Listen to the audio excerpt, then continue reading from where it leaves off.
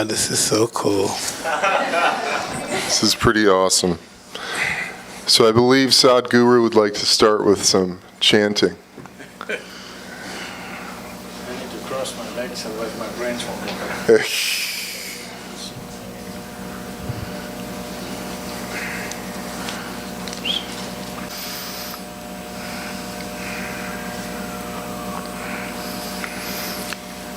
Jananam sukadham maranam karunam milanam maduram smaranam karunam kalavashadiha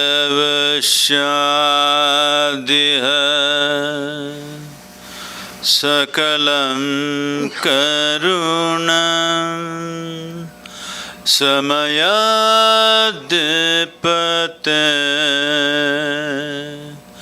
akilam karunam.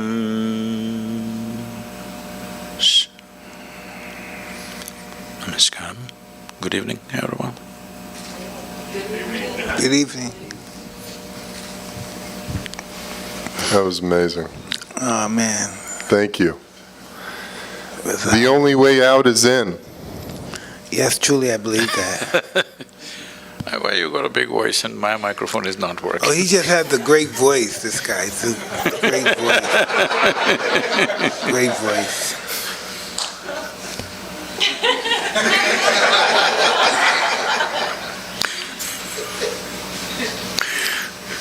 May we begin? How is it? Is your mic okay? As long as it's not about, I'm okay. Okay. There it is. There it is. So tell me, what do you think you're here for? What would you think I would want to talk to you about? I'm sure you did research on me, my life and who I am and all that stuff. But what would you think I want to talk to you about? What would you think I would want to listen to you for?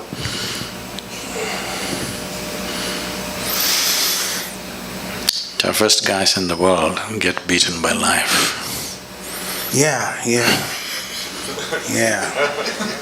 said that was easy, huh? That was so easy, huh? Wow. All my life I thought I was this tough guy. Even recently I was talking about if they say something, I'll blow it. And I do all this stuff all my life because I'm afraid. And if you tell me what I'm afraid of, I can't even tell you what. Why am I afraid? I'm successful. I had some hard times, but I came back. But why am I afraid? Mm-hmm. We need to understand this. This has been hugely misinterpreted and misunderstood on various dimensions. Whether it's fear, or love, or anger, or joy, we need to understand it's not about something, it's by itself. It is not that there must be something that you must be afraid of. It is not that there must be somebody that you are in love with.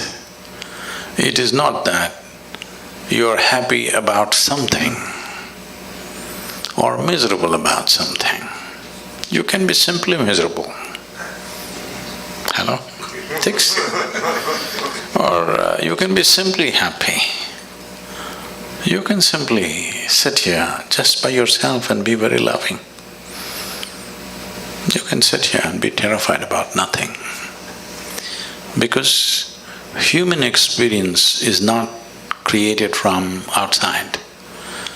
Human experience is happening from within. So what happens from within may sometimes find outside stimulus, but you can work it even without external stimulus. Hello? All of you are experts, aren't you? Without any external stimulus, you can create pain, you can create joy, you can create misery, you can create anger, love, fear, whatever you want. Because the seat of experience is within you. Only thing is you are not sitting there, you're crawling around it. You're supposed to be sitting there on the seat. If you were sitting on the seat of your experience, you would decide what should be the nature of your experience.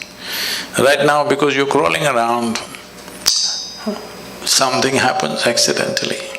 We find an excuse. It's because of this guy I'm suffering. Even if he's not there, we would find somebody else. Hello?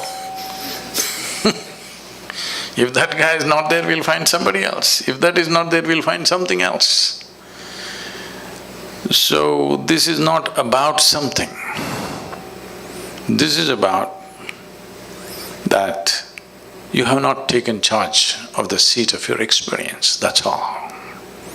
You just need an excuse. And the world will, of course, the world is quite enthusiastic about providing you the excuses. It will. They will provide lots of excuses.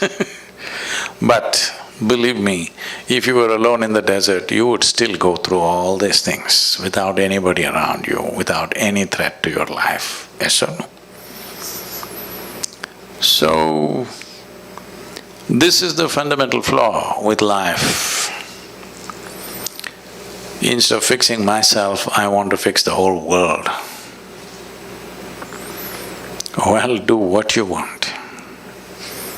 You can't even fix one more person absolutely in your life. Hello? 100%? Did you get anybody ever just the way you want, 100%? Did you? Even… they're telling me even robotic machines have their own characteristics, they do their own thing. Even if you have a dog these days, they do their own thing. Yes, because you couldn't fix anybody, that's why you try to settle with a dog. But even that guy does his own thing. You can never fix anything outside of you 100%. If at all, if you're looking for that kind of success, 100%, you can only try with this guy. Try anybody else, you will fail. Yes or no? Hello? Try anybody, you will definitely fail. There's only one. This one, you could do him 100% the way you want. If you manage this one the way you want, where is the question of fear, suffering, misery, all this? This is not because of situations. This is because of the state we are in. Because no investment has been made for the being. First of all, we must decide, are we human beings or are we human creatures? The difference between a creature and a being is, a creature is a consequence of compulsive reactions to everything around us. That's a creature. A being means you know how to be. If you knew how to be, would you be blissed out? Or would you make yourself fearful or miserable or what? What's your choice? You must choose, I'm going to bless you just now. Definitely, highest level of pleasantness, isn't it, for yourself? What you want for your neighbor may be debatable, but what you want for yourself is very clear, highest level of pleasantness. Why such a simple thing is not happening? It is not happening because, we gave you a very complex machine. Peak of evolution on this planet is you. If you were an earthworm, you wouldn't have these problems. Just eating, sleeping, reproducing, dying, you are fine. You're doing great as a creature. But you became human. Now it's a very complex machine. But you don't even bother to read the user's manual. simply somehow you want to do it. Such a complex machine, if you try to do it somehow, accidentally, oh, it will cause much pain. Unable to bear pain, most people have given up on joy and moving towards pleasure. You must understand this. The need for entertainment and pleasure in the world has increased simply because there's no joy. If really human beings were joyful, they would not need so much entertainment and pleasure in their life. Pleasure becomes a compulsion when there is no joyfulness. And if you don't cause pleasure with something or the other, pain is just waiting in the background, just there. So, fear is not about something. Fear is just your inability to manage your thoughts. They are running away ahead of you. Fear is always about something that's yet to happen, isn't it? Yes. So that means you are suffering something that does not exist. If you suffer something that does not exist, there are medically very bad terms for that. It's not about one human being, it's just literally 99% of the human population is in this condition. Different levels maybe, but 99% of the human population is in this condition. They are suffering things which do not exist. What happened 10 years ago, they still suffer. What may happen day after tomorrow, they already suffer. What happened 10 years ago does not exist right now. What may happen day after tomorrow does not exist right now. But things that don't exist, they suffer simply because two major faculties that you have which sets you apart distinctly from other creatures is, you have a very vivid sense of memory and a fantastic sense of imagination.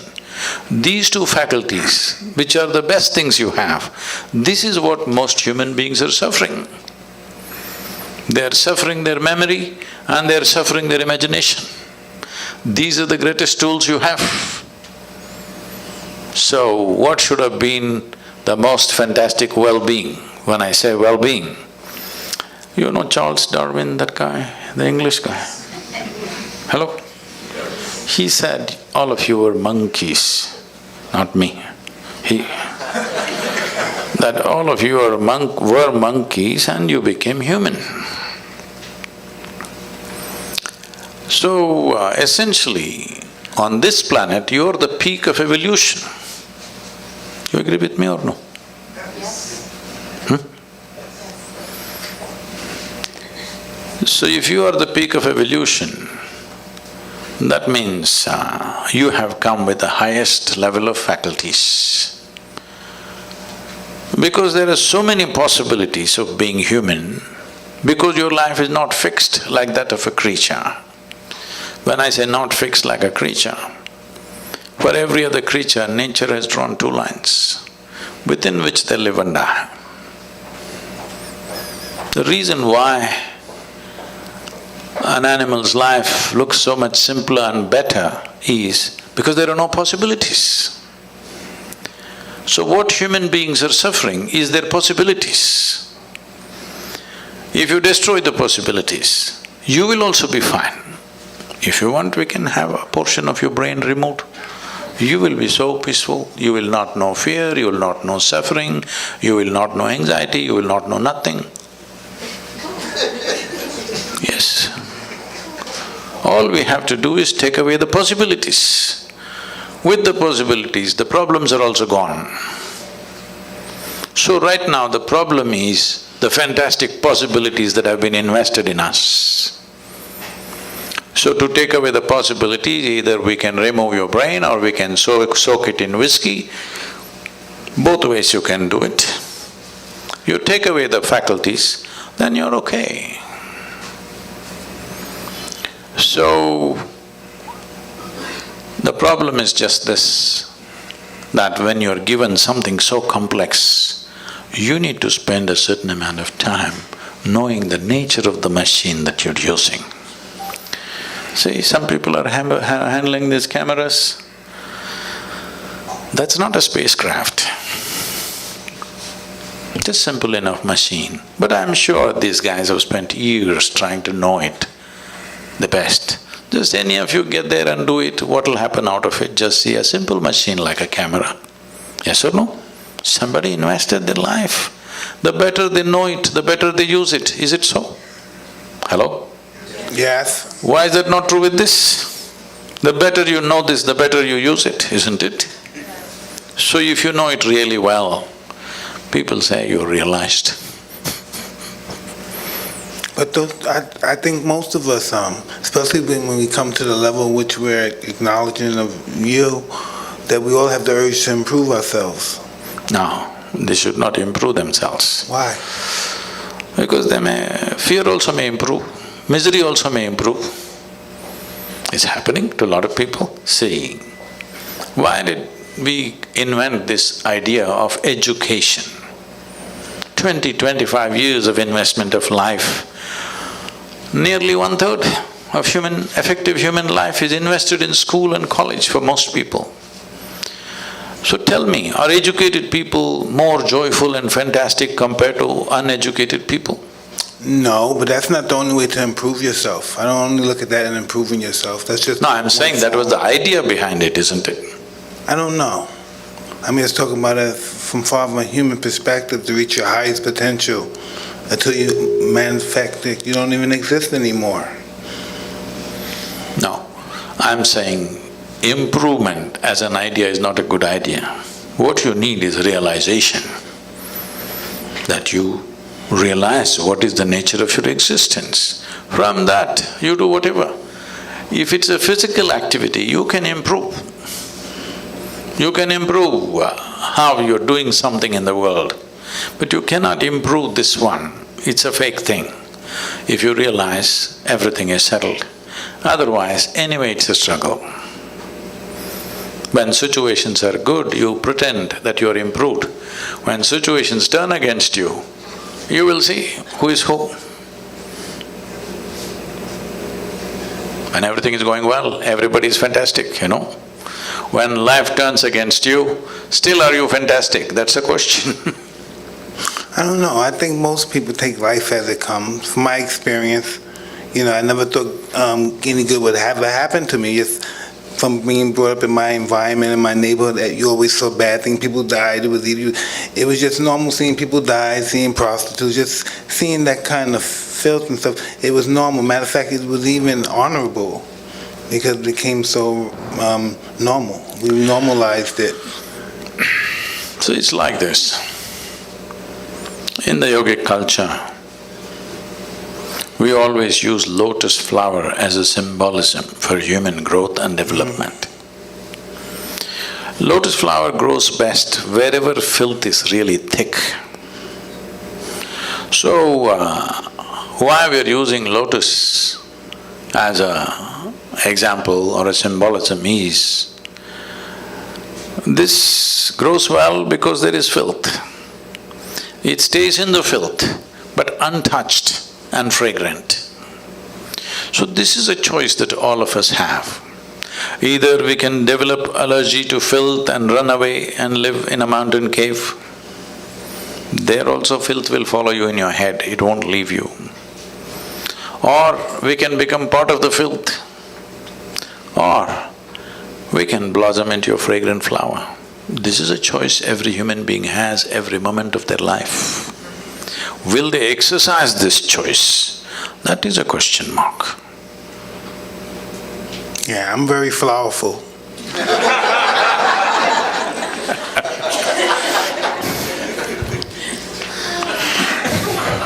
Right? Definitely, man. You definitely are. Sadhguru, how does one begin to read the user manual? So, user's manual means there is a systematic way of observing simple things.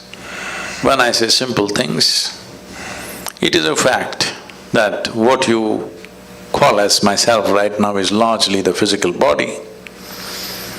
This is an accumulated dimension of who you are. You gathered it over a period of time, isn't it? It's a food that you've eaten, it's just slowly gathered. So this is called as Annamaya Kosha, that means this is a food body. So what kind of food you're putting into your system has a consequence. Well, everybody may grow up like that, but the question is it fulfilling the purpose of being a being, human being, not a human creature? Is it supporting your nature of being a human being? That's a question. Well, when it was a question of survival, we ate whatever came our way. That's a different matter. But now survival is taken care of, it's a time that we need to pay attention. If we want to be human being, what kind of body should I possess? Will it support my being or will it make me into a reactive process? All creatures, nothing wrong with them. You take a tiger or an elephant or a snake, nothing wrong with them, they are perfect creatures. Only thing is limited possibilities, isn't it? Hello? What else is wrong with them? Nothing is wrong with them, they're just fine. It's just that limited possibility. You got promoted to be a human being, this simply means enormous possibilities. If possibilities are not harnessed and explored, you have enormous problems. What you are experiencing as problems are actually possibilities nudging you to explore. When you don't, they will freak you, and they should, because otherwise you may slip back in the evolutionary scale. It can happen to any human being. So, one thing is the physical body. Of course, you have a thought process, you have an emotional structure, or let's say the psychological scape. Mind is not just in one place. Every cell in the body has its own intelligence and memory.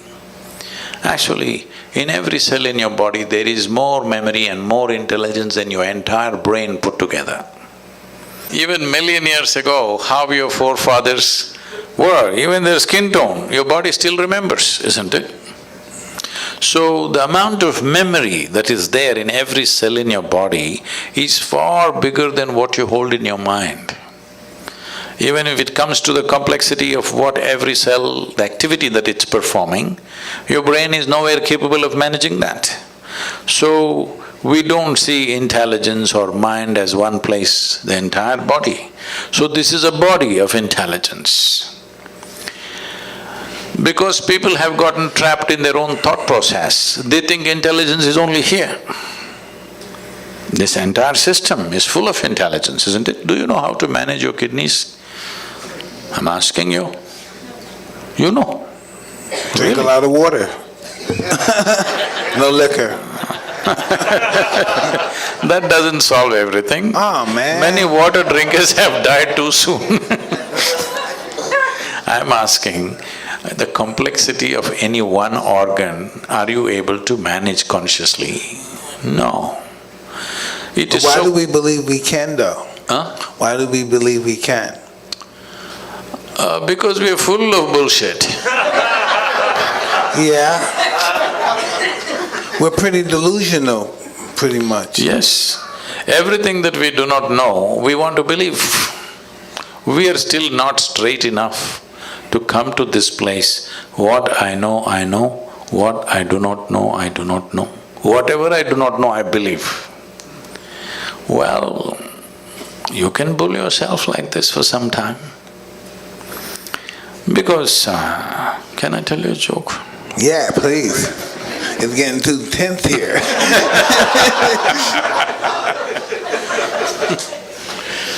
So this happened, a bull and a pheasant were grazing upon the field.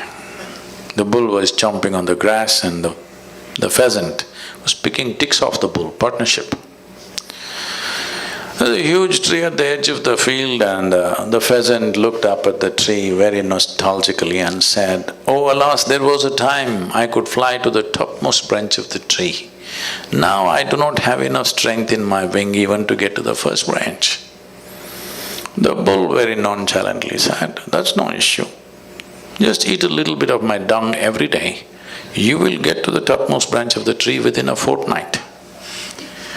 The pheasant said, "Oh, come on, what kind of rubbish is that?" The bull said, "Really, try it and see, the whole humanity is on it." So the pheasant started pecking at the dung, and lo, on the first day itself he reached the first branch of the tree. Within a fortnight, he did hit the topmost branch of the tree. He went and sat there on the topmost branch of the tree, just beginning to enjoy the scenery. The old farmer who was rocking on the rocking chair saw a fat old pheasant sitting on top of the tree. He pulled out his shotgun and shot the bird out of the tree.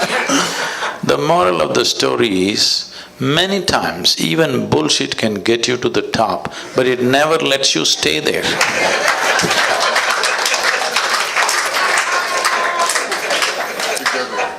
So people are trying to bull themselves into well-being.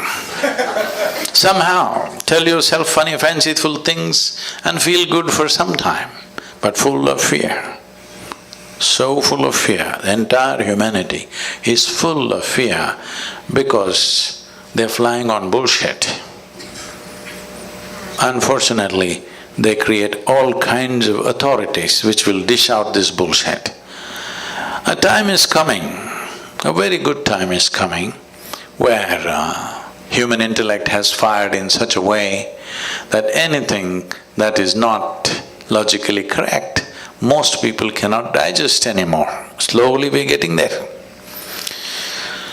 So a time is coming when truth will be the only authority.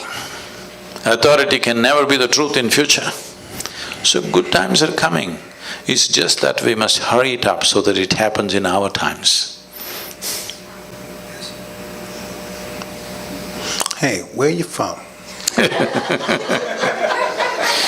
I don't know, but when I come to United States, every time I stand near the immigration lines, they make me stand in a line which says resident alien. Oh, man.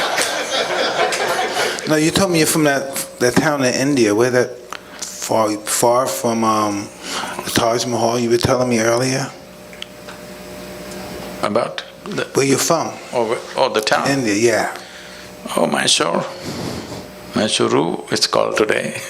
Yeah. How did you get on your path? I thought I'm in a chair. No. How did you get on the path to meeting people like this, like us? How did we get engaged? How did you start doing this? What made you believe you can do this? Again, you're talking about belief. Let me clear that first. See, belief means just this. I believe in this or that means, I don't know, but I'm bullying you. Why can't I say I don't know? What's the problem? I do not know is a tremendous possibility in human life. If you see I do not know, naturally the longing to know will come, seeking will come, the possibility of knowing will come. Whatever I do not know, I believe. That means you will never know, you will just go on with your own stuff. So this is why believers always need a flock. But the moment you become a seeker, you become alone. Because if you are the only person who believes something on this planet that nobody else believes, you will feel like a bloody fool. You need 25 people around you who believe the same thing. Now you say, "Eh!" All kinds of rubbish. But when once 25 people gather around you and all of you believe the same thing, boo! Confidence without clarity will come.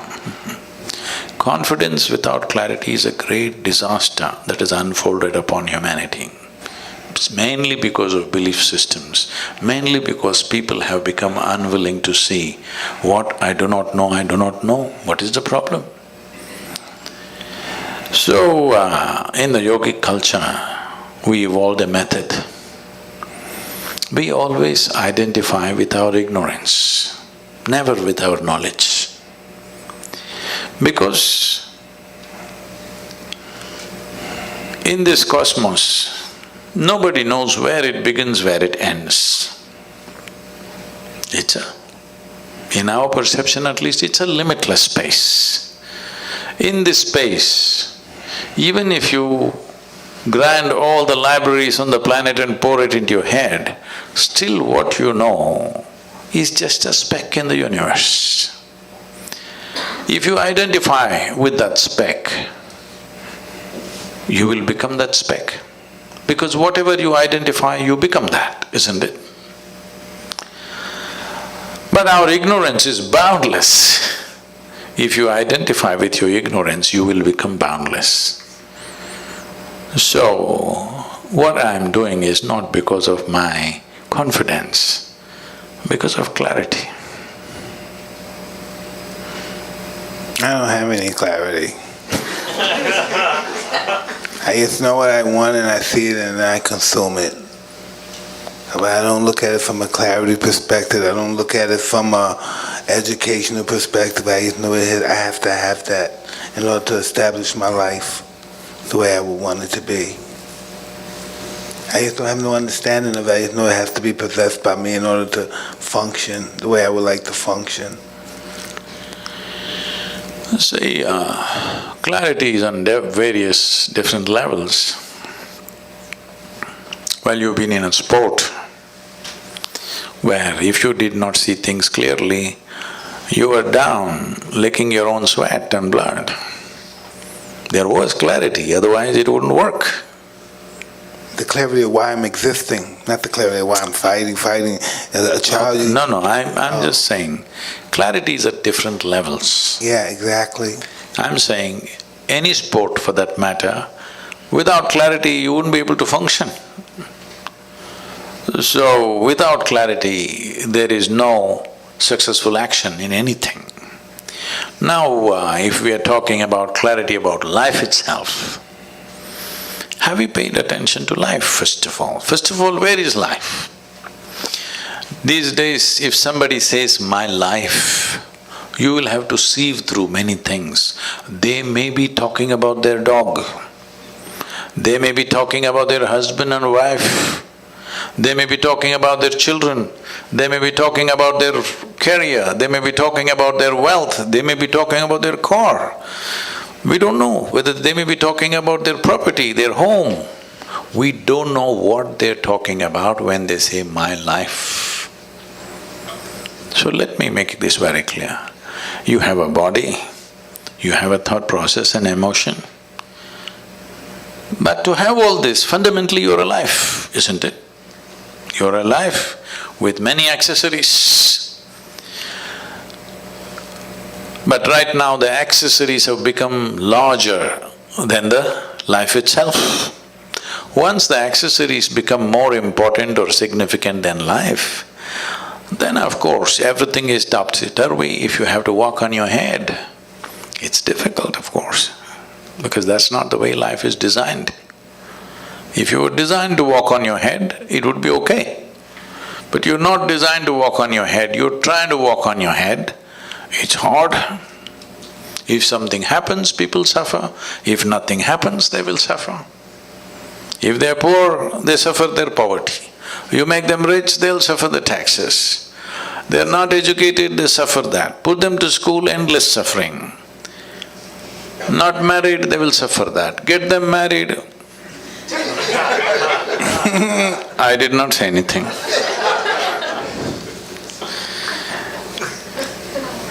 Just tell me one aspect of life that human beings are not suffering. They're suffering every aspect. So offer them death, that will also they'll suffer.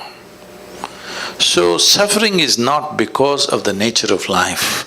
Suffering is because of the complexity of the mind which you did not care to understand.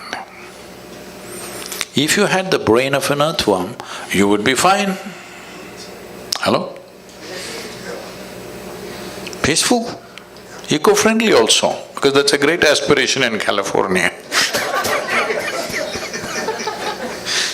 The only life which is struggling to be eco-friendly. It's brilliant. Earthworm knows, a grasshopper knows, a lizard and a snake knows how to be eco-friendly. This most evolved creature on the planet is struggling to be eco-friendly. Yes or no? So, the problem is complexity of possibilities. Possibilities are the greatest blessing we have, but unfortunately that's what we are suffering, because when something very possible and powerful is given to you, if you don't handle it right, it'll blow up in your face. That's all that's happening. How do you know how to handle it? That's why I'm here. All right.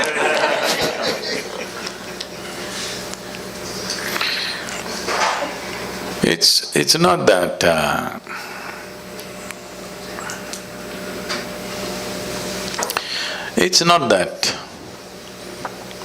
if let me put it this way, if because of the number of things that I do across the world, more things are going wrong with my life right now than any of your lives, okay? Really, too many things.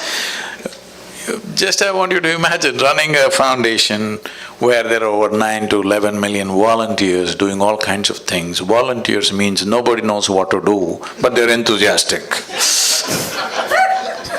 Running major projects like this, running massive centers in various places, over 350 centers across the world. If you want to go mad, this is the recipe for life. But you think I will die of stress or madness? No, I'll not. Maybe I'll die of exhaustion, I don't mind. But of stress, no. There are many things. Not everything in your life goes the way you think it should go. I should not be saying this, but because as I'm like this, because it came in my mind, I'm telling you, please treat this with some sanctity. Right now, probably in the next few hours, my father will pass. Okay, I've been monitoring this minute to minute, but he will pass. I spent some time just before leaving with him and I came. I sent my girl back to be with him. So, I'm sitting here talking to you, I'm fine, haven't I? But does it mean to say I don't care about him? Hello? That's not how it is. A very intimate relationship. But this is how I am. This does not mean there's no love in your heart, this does not mean that you're not involved. It is just that you're involved with everything, but you're never entangled. That's the difference. I believe that's our process of life or death or whatever we call it, just the process of what we do, isn't it?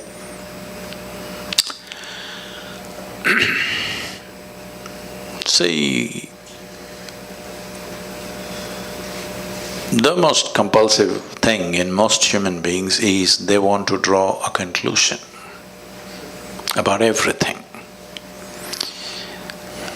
Because without drawing conclusion, they will not feel confident about anything in their life. They must draw a conclusion. Oh, she's good. Oh, she's okay. She's not okay. He's all right. That's not good. I love this person. I hate this person. This is my friend. This is my enemy. Every kind of conclusion. Conclusion means, essentially, what is the conclusion of your life? Death, isn't it? Every time you conclude, in some way you die, you must know this. You know, I can take you back. Are there religious people? Hello? Are you religious people?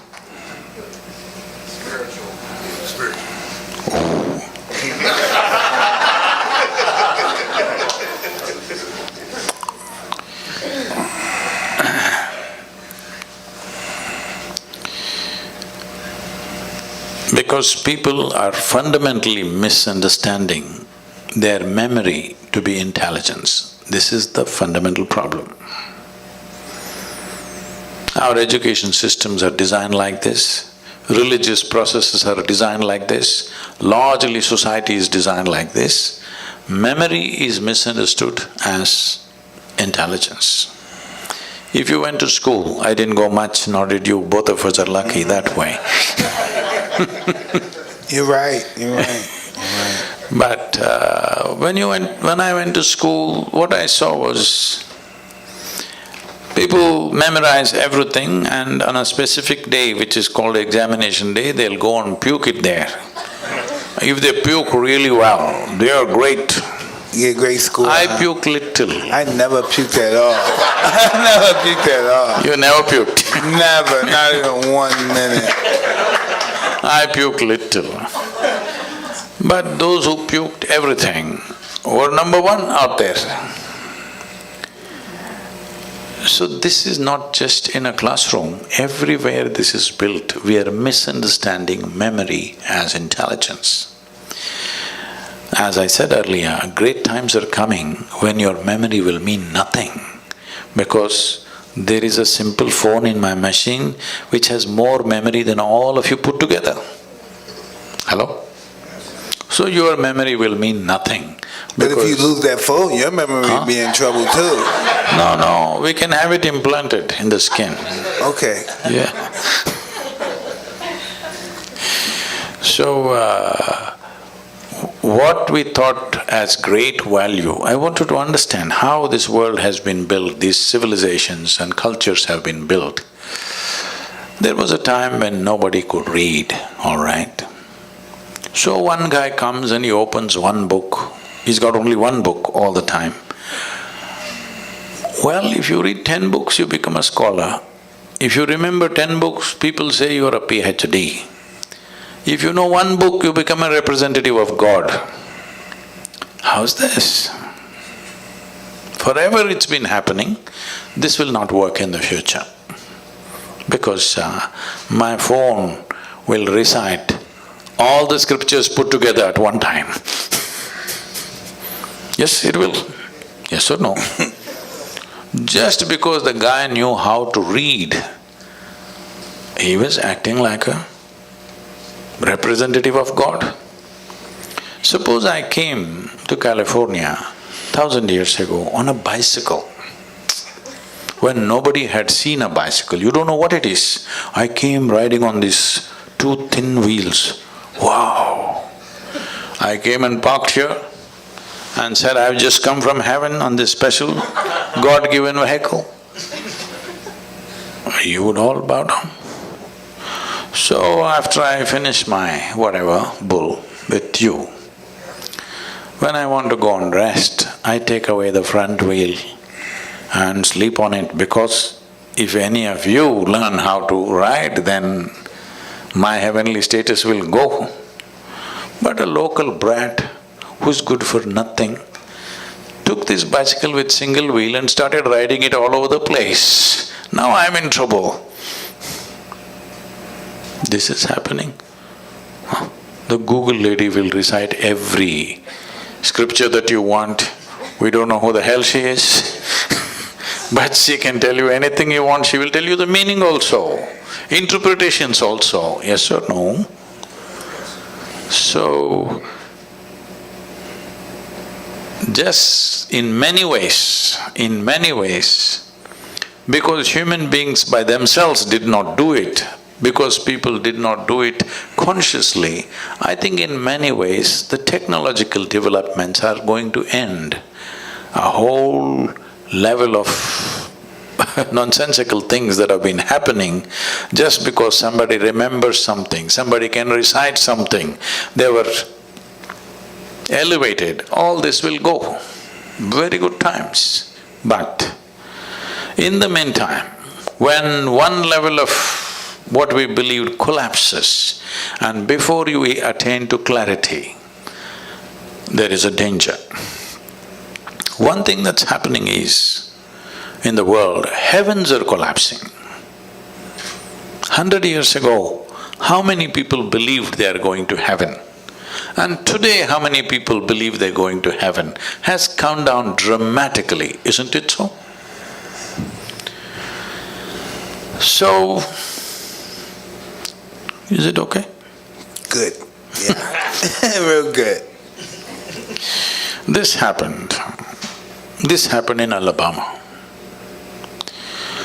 Well,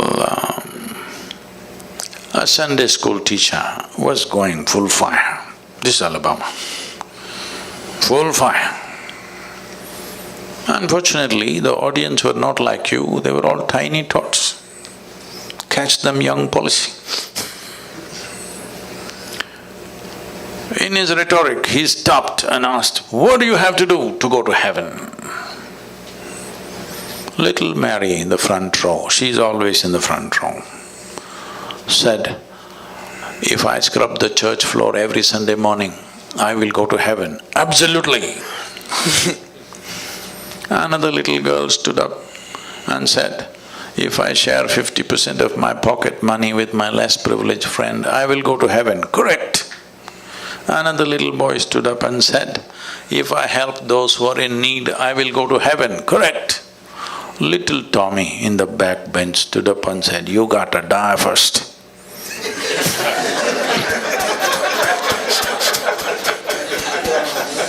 That's a qualification. Yeah. You got to die first. So when we die, depending upon your culture, we will either bury you or burn you or cut you and throw you to the birds. Different cultures, depending upon which culture you are, that they will do. Or in other words, this body is a piece of planet that we gathered slowly. It's good you put it back. I heard that Americans these days are not putting it back anymore. They're building a concrete grave and an aluminum casket. Even when you're dead, you don't want to be eco-friendly. What is this? At least when we die, we should put this goddamn body back into the soil. Absolutely. That's where it came, that's where it should go. And let But the even bugs that eat it. they're not doing. Huh? And let the bugs eat it. Some people are planning to take it to Mars.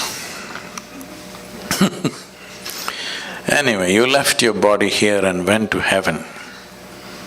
What is in heaven?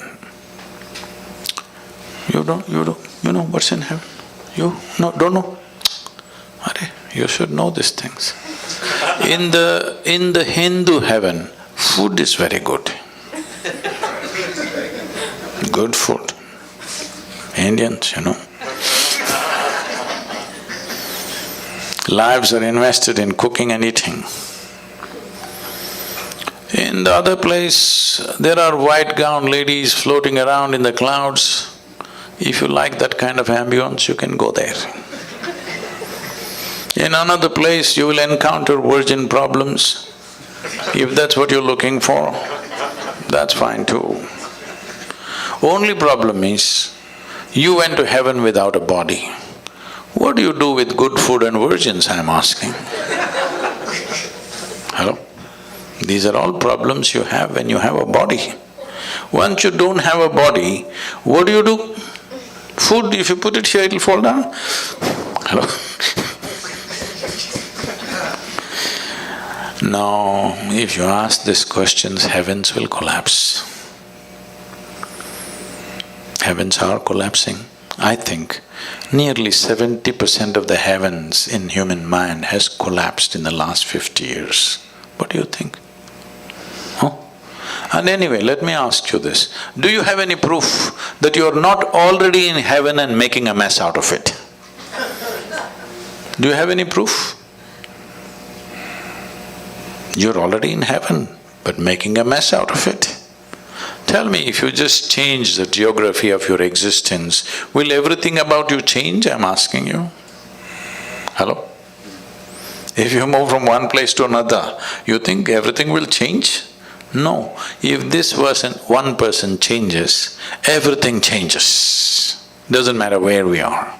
If we raise human consciousness, that is, if we teach people how to sit here and be just blissed out.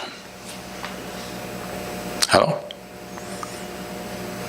Look at my eyes, I'm always stoned. I'm not on any of your products, but No, you're not. I'm definitely not. But look at me, I'm always stoned. Because the greatest chemical factory on the planet is here. To what extent means, per second, your body is processing something like 37 followed by 21 zeros, whatever that number is. To give you a perspective, 11 zeros make a trillion. 37 followed by 21 zeros. That many chemical reactions are happening in this body per second.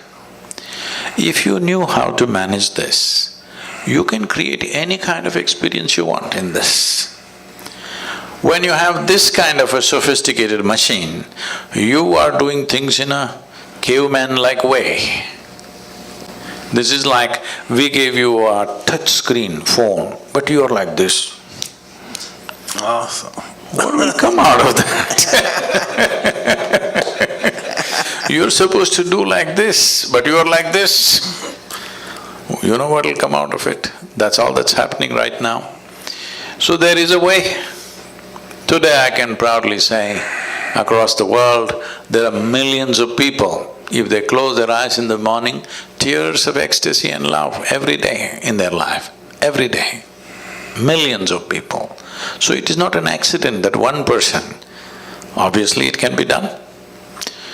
Just a little understanding of how human chemistry functions.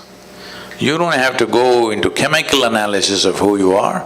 There are simple processes with which one can do if one is willing to invest a little bit of time in a day. Life will become wonderful. Because by curtailing human faculty, you cannot believe you're enhancing life. Right now, most human beings believe they enhance their life by curtailing human faculties. Like, I was in Mysore city.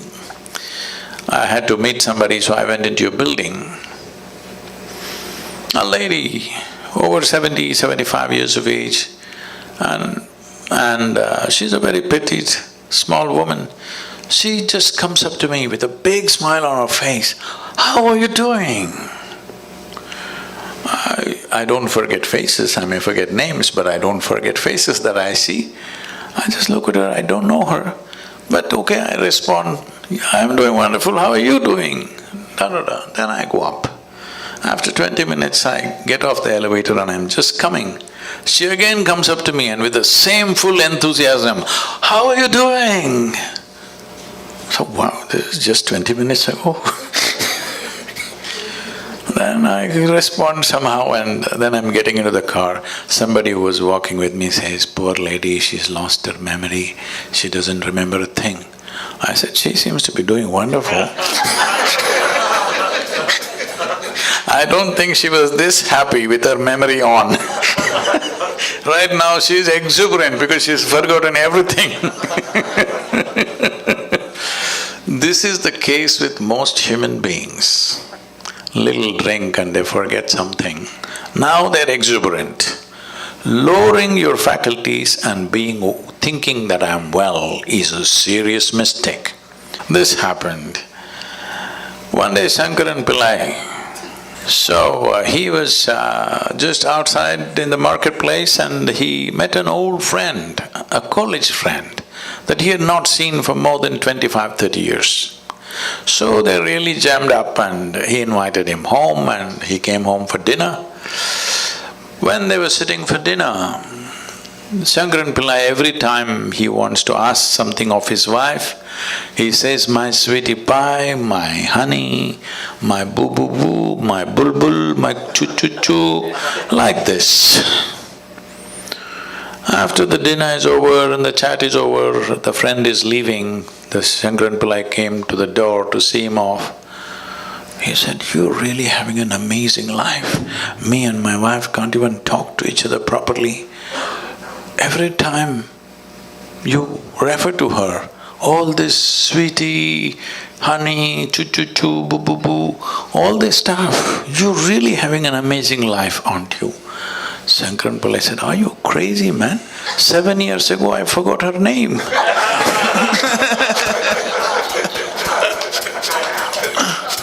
Oh, no. So many people are well only when they lose their faculties because their problem is of evolution. Their problem is just that they got upgraded and they don't know how to handle it. So tell us, how many children do you have? How many children do you have? I know you spoke of a daughter. Yeah, we want to know about you. How many children do you have? All right, I won't ask them. No, you can ask. I have millions of them, only one is my mistake. Oh, no, man. I like that one. I like that one. I have many, but only one is my mistake. Okay. Hey, this is really an awesome evening. I can't even believe you're here. I'm just still in a daze. I'm just really happy to have you here with me and my friend, Eben. This is really almost like a dream come true. We saw you and we were just in the stage of just reasoning with enlightenment, and we saw your story, how you became, one day you came and you fainted and you thought you were there for an hour and you were there for like 14 hours. That's my story. Didn't that happen to you? Yeah, so I thought that was amazing, and so I stayed a great fan, and I stayed following you. And then I was talking to Eben, and I would say, Eben, you think we could ever get him down here? You think he'd come down here and talk to us? We never believed you would do it, and now you're here. That's just, man, so mind-boggling. Thank you, really. So now that you asked this question, how to do the user's manual, about on 27th of October was the Diwali festival. It's a festival of lights in India. Because these millions of people have been supporting me, particularly for the river movements that I've been doing in India. 162 million people supported the movement. It's the largest movement anywhere in the world at any time. So, with money, with volunteering, in many ways they've been supporting us. So I thought on the festival day, let me offer them a gift. And I said, on the Diwali day, if you register in engineering online, which normally costs $150 per person, I said it's free on this day for you. Whoa! 740,000 people registered. It's cost me a few $1 million now. Now, how do you feel about that? How does that make you feel? It's fantastic that so many people were waiting to do it. So now I'm still in the same mode. So for all of you who are here today, we'll offer in engineering online free if you register before midnight today. That's the user's manual. I want you to understand, life is a certain exuberance of energy and a certain amount of time. This is all we have, a certain amount of time and a certain amount of energy. Do you have anything more? Rest is all imagined, isn't it? So this time is simply rolling away for everybody. We may think of many things, but actually time is just rolling away as you sit here. Since you came and sat here, you are 2 hours closer to your grave, yes or no? Hello? Yes. All of us. So you can't hold it back, you can't roll it back, time is just going. So the only thing you can manage is your energies. If you keep it phenomenally exuberant, you will know life with a certain intensity. If you keep it low, you will know life in a minimal way. So now this choice is yours. Now let's say time is passing, as the day passes into night, you'll feel a little sleepy. Why? Your energies are like… Now you fell asleep. As far as your experience is concerned, you're as good as dead, isn't it? You don't exist, the world doesn't exist for those few hours. But you woke up in the morning, once again the energy has renewed itself, and this is what you call as life. This renewal of energy and exuberance of energy is what you're referring to as life. So, if you want to experience life, if you want to know life, if you want to really ride this wave of life, your energy should be at the highest exuberance level, or should it be put down? I'm asking you. Hi. Hi. So, you mean a different thing by saying hi. Probably the only one that doesn't smoke marijuana or do any of it. No, I'm not asking you any of those things. So, Oh, This- you're a neat trick.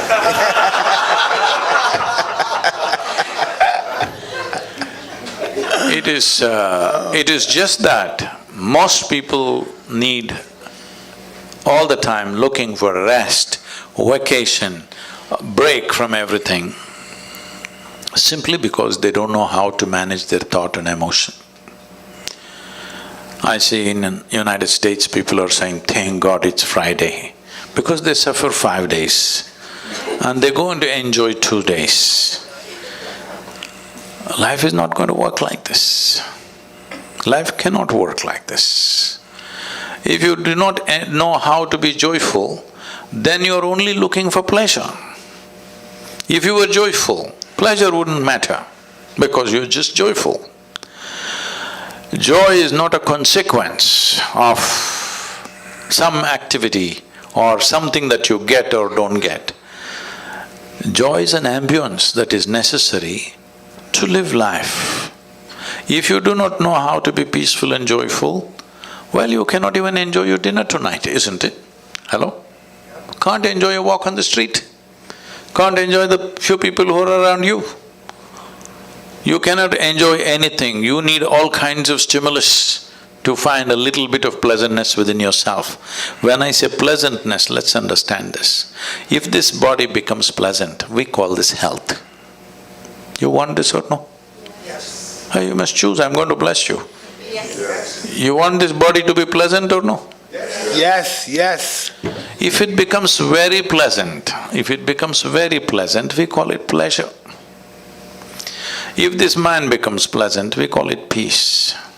If it becomes very pleasant, we call it joy. If these emotions become pleasant, we call this love. If it becomes very pleasant, we call it compassion. If these life energies become pleasant, we call this bliss. If it becomes very pleasant, we call this ecstasy. If our surroundings become pleasant, we call this success. Only to create pleasantness in our surroundings, we need the cooperation of various people and forces around us. But pleasantness of body, pleasantness of mind, pleasantness of emotion and energy is 100% your business. Yes or no? I agree. So, if you want to make this your business, before midnight you must register for In Engineering Online. It's free, otherwise tomorrow morning you can pay and register.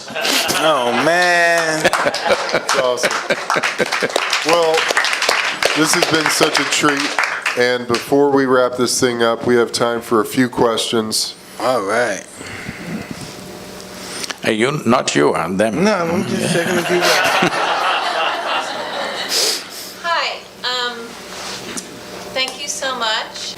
Sadhguru talked about the Annamaya kosha, which is the body kosha. There are 5 koshas in the applied yogic sciences, which work the entire system of the body, from the mind to the heart to the breath to the energy. I need all that. And the heart. There are thousands of years of manuals, from classical yoga, which is just meditation, to hatha yoga, to the tantrika, that provide ways of being that Sadhguru has expressed the top of tonight. So it's not an abstraction at all. It's just like what you guys do on Hotboxing, which is break down how you get to the soul of yourself by moving through your ego, by practicing goodness towards others. So That's real tough, too. It's a difficult process. For me it was, for me. No, the thing is this,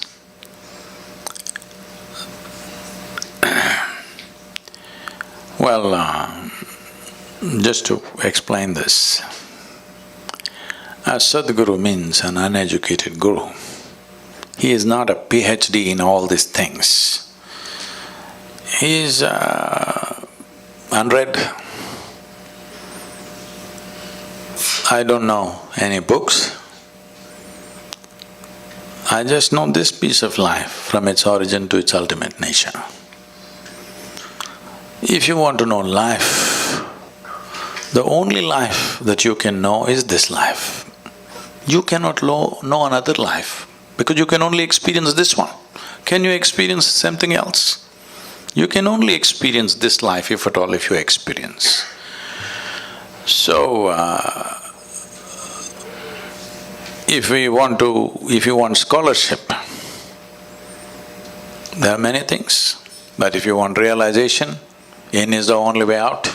He's already been espousing that. If you want scholarship, if you want PhD in spiritual process, that's a different matter, it's an academic stuff. But if you want realization, in is the only way out. Why do you think there are books about life? You should read a book about life only if you are not alive. Suppose you are not alive, then to know about life you must read a book. When you are the life, hello? The only thing that you need to do is turn inward. Inward means what? Right now the only way you are perceiving anything is through the five senses of seeing, hearing, smelling, tasting and touching. This is the way you know the world. None of these things are geared to turn inward. You can't roll your eyeballs inward and scan yourself. You can hear this, but you can't hear so much activity that's happening here. If an ant crawls upon your hand, you can feel it. So much blood flowing, you cannot feel it because the sense organs are essentially outward bound. So, to turn inward, you need a different faculty. To activate that, to engage in that is the most important thing because life is very brief. Only miserable people have a long life. If you're joyful and exuberant, it's a very brief life.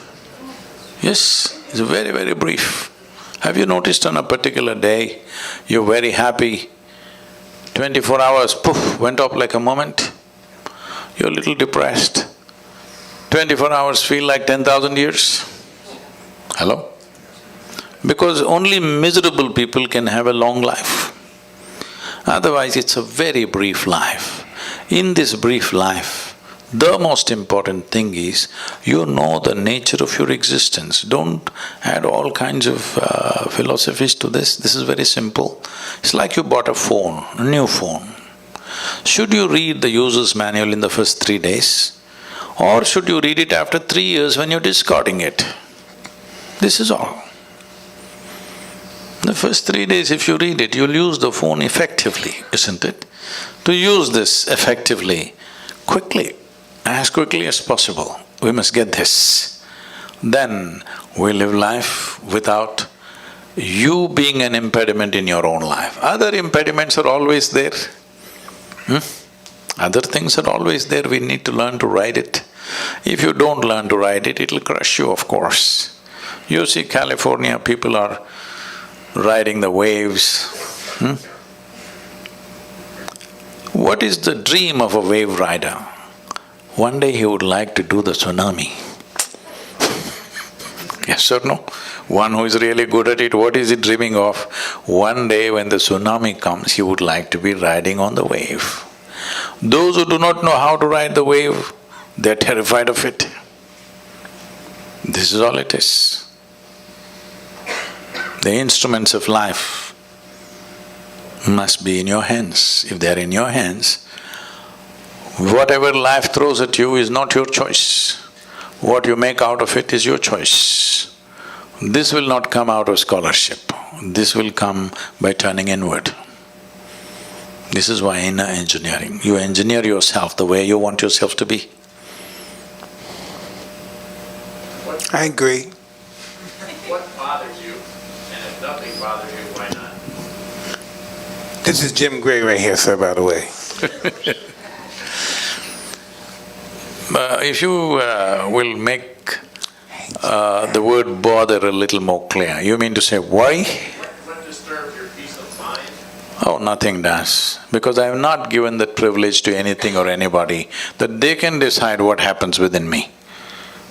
So anything that happens surrounding you or affecting you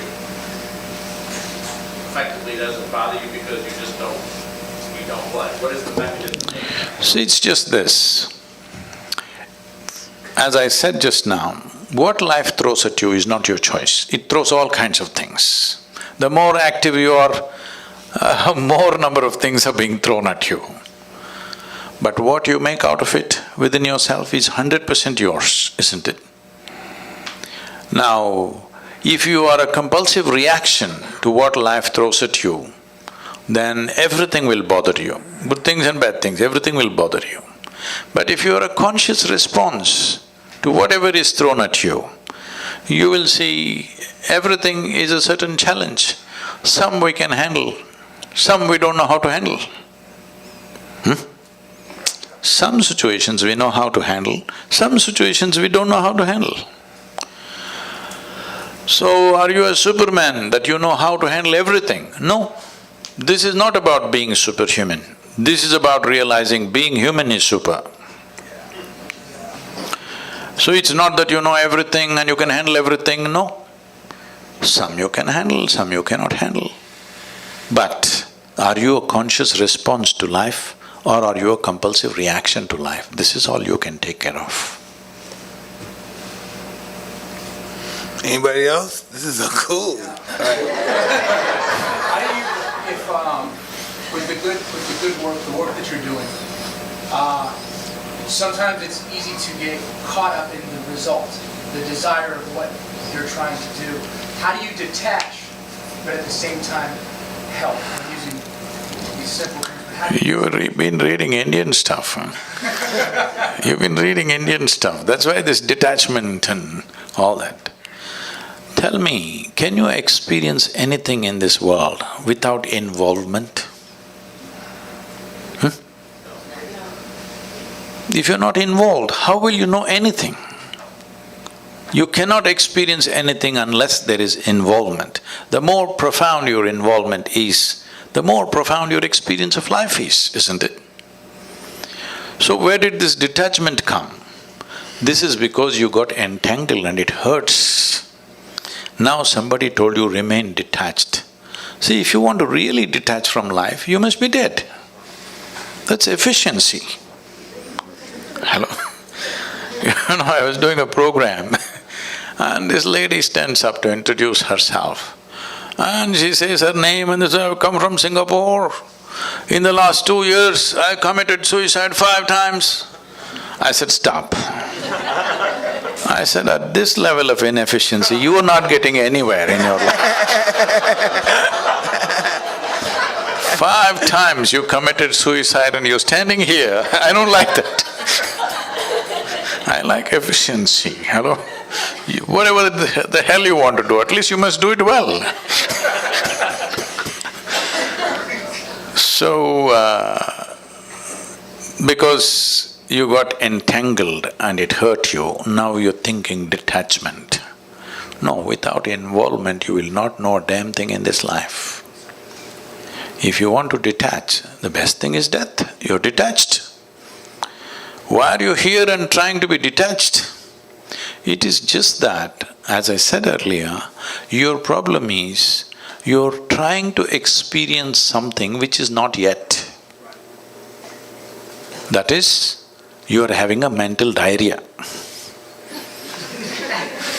You are suffering a mental diarrhea and you think you're engaged with future. You're never engaged with future, I want you to understand. You're never engaged with past or future. You're just having a mental diarrhea, isn't it? Hello? Right now, can you live what happened yesterday? No, in your mind you can have mental diarrhea and think it is actually happening again.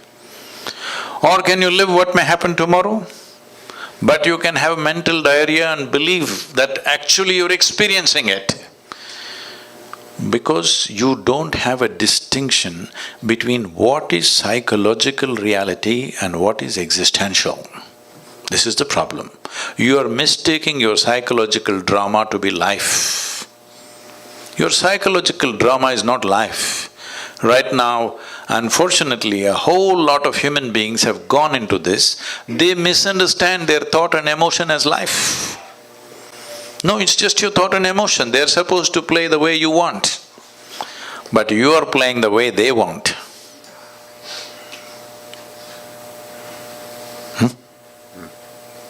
Just little out of control, that's all. Don't weave a philosophy out of an ailment. I was thinking when you were saying, like on myself, like we almost, let's just go to another perspective.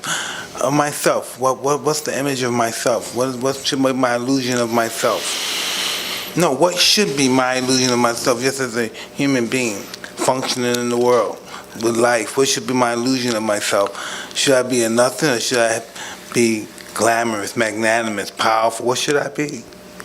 See, what social qualities we need to exist here well, let us not misunderstand that as life. This is just little sense. We are among people, we must be in a certain way, so that it works for you and me. If I do something that works only for me, not for you, you will make sure my life is miserable somehow. Yes or no? Hello? I can trust you on that, come on. If every day we are transacting about something and I make my transactions in such a way it's only beneficial for me, not for you, will you make my life miserable or no? Yes. You will. This is the nature of coexistence. So when we are here together, it's important we function in such a way that whatever we do, it benefits both of us so that this transaction can go on. Whether it's marketplace or marriage, both the parties should benefit, otherwise it'll die, isn't it? So do not misunderstand this understanding or this simple sense as human nature. No, this is just simple sense. If you were living in the jungle alone, you would live one way. You live with certain number of people, you will live another way. You live with a large number of people, you live completely different way. This is just simple sense of adapting to the existence we are. So, do not understand this as the nature of your life, no. This is just sense. Some people figure it out early, some people figure it out later, but this is just sense. Well, Thank you. thank you so much, Sadhguru. We're out of time. Out of time. Out of time. But I want to thank you guys again so much for coming. Thank you, Sadhguru, and your incredible team.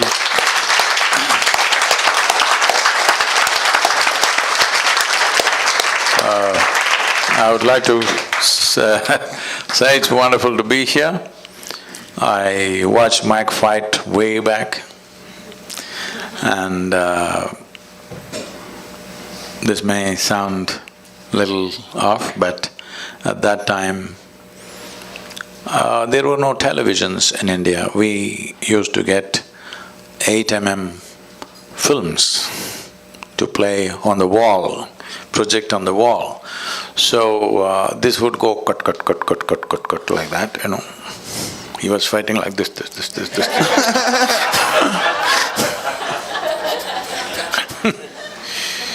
So in somebody's house, we were sitting and watching. We had watched lots of boxing matches at that time because I was… this I shouldn't tell you. I was in my school boxing team. Really? Wow. You struck someone before?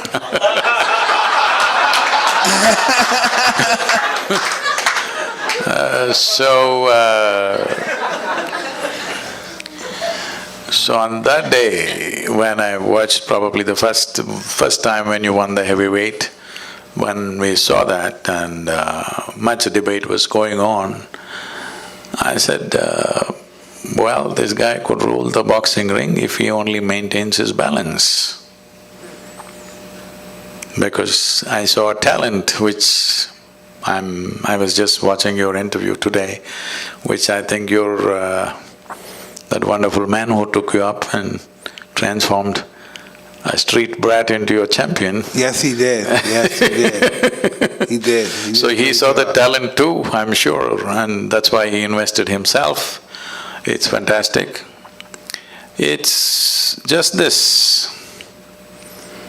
Every human being, many things are hidden within every human being. Not everybody, unfortunately, gets the situational opportunities to shine. It's happened wonderfully in your life. Well, other things have happened. Though you came up with utmost disadvantage, you turned that into a phenomenal advantage in some way. But I hope the next part of your life will be more enlightening and more contributing to everybody's life, because whatever talents we have, whatever intelligence we have, whatever capabilities we have, they will find maximum benefit to ourselves and to everybody. Above all, balance. If that one thing is there, everything else will find expression. If we lose that one thing, our talents and our capabilities unfortunately will turn against us. Right now, human beings are only suffering their own intelligence. If they had no brains, they would be fine. They're suffering their own intelligence simply because there is no balance. It is time that all of us in some way bring balance to ourselves and to the world around us, so that human genius really flows without too much struggle. Right now, to find expression to human genius, people are going through enormous struggle, and slowly people are believing that unless you struggle, it won't come out. No, it can be done very joyfully, wonderfully, blissfully, if only balance is created. So let's invest in this, that this generation and the coming generations are far more balanced within themselves. If this one thing happens, you will see an incredible generation coming up. Let's all be a part of making that happen, considering being born in an extreme disadvantage and how you turned it into what you did. At the age of 20, being a world champion happened in spite of all the disadvantages. So, all of us together should invest in making this happen for many, many more of the next generation. Thank you very much. Thank you. Thank you. Thank you.